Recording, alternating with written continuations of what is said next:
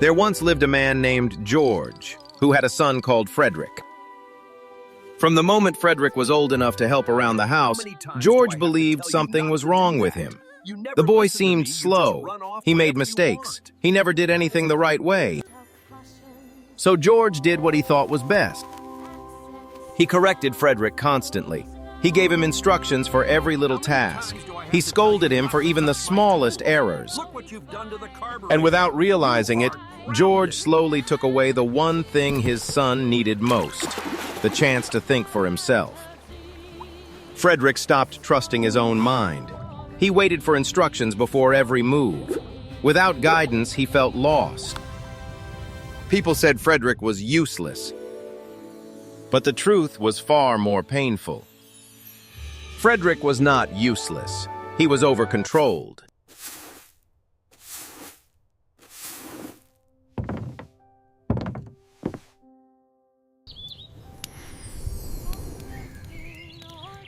As Frederick grew older, his confidence faded.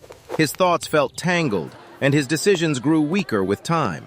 Yet there was one place where his mind felt free: the village pond. Frederick loved diving into the water, holding his breath, and staying beneath the surface longer than anyone else dared. In the silence of the water, no one ordered him. No one shouted. George never stopped him. And so, without praise or intention, Frederick became extraordinary at one thing.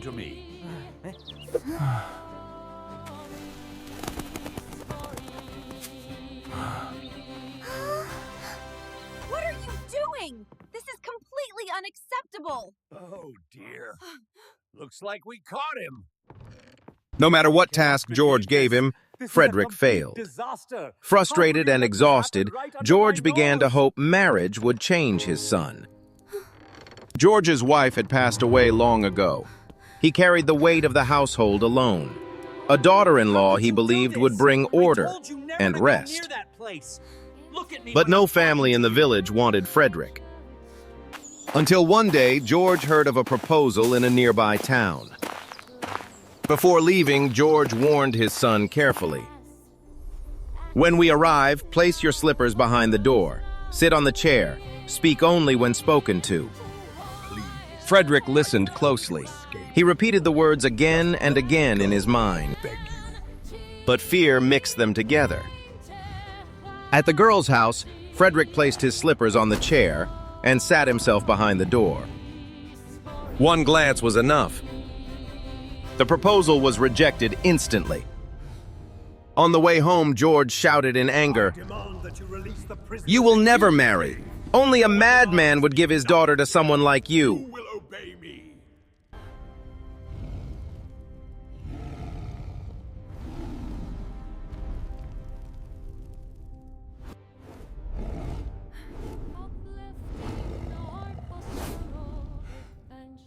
Those words cut deeper than any scolding.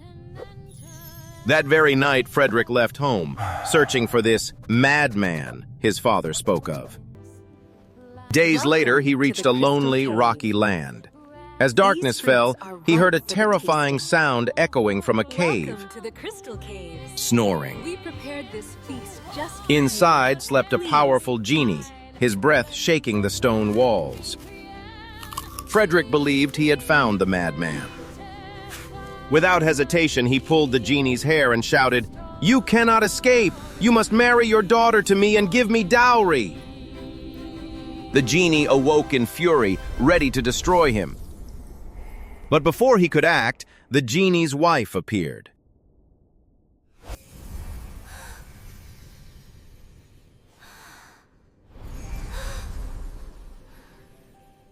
We call these the shimmering wings.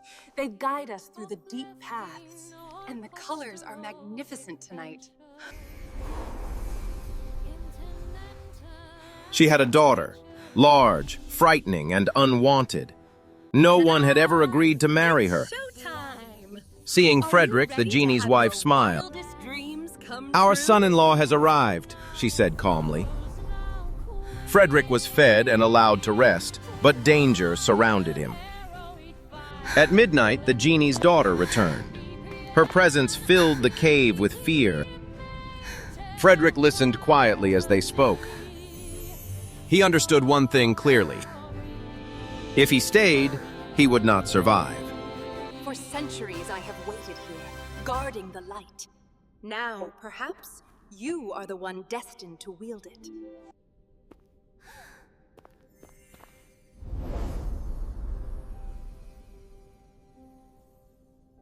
Look around you.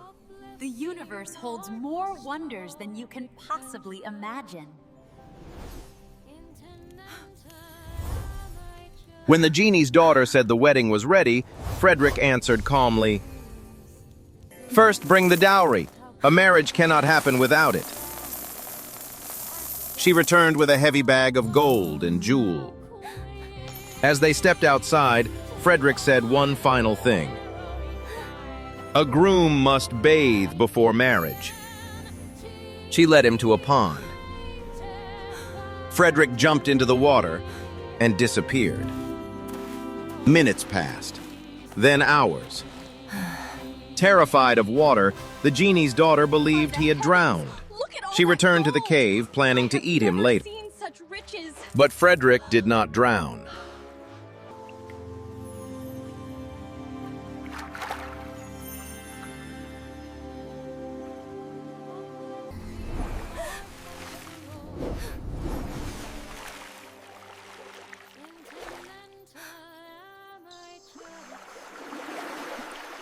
Beneath the surface, Frederick used the only skill life had allowed him to master.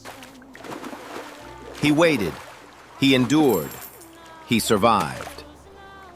When the danger passed, he emerged quietly and returned home with the treasure. George was stunned. Only then did he understand the truth he had avoided for years. By controlling every step of his son's life, he had nearly destroyed him. Frederick was never useless. He was simply never allowed to grow.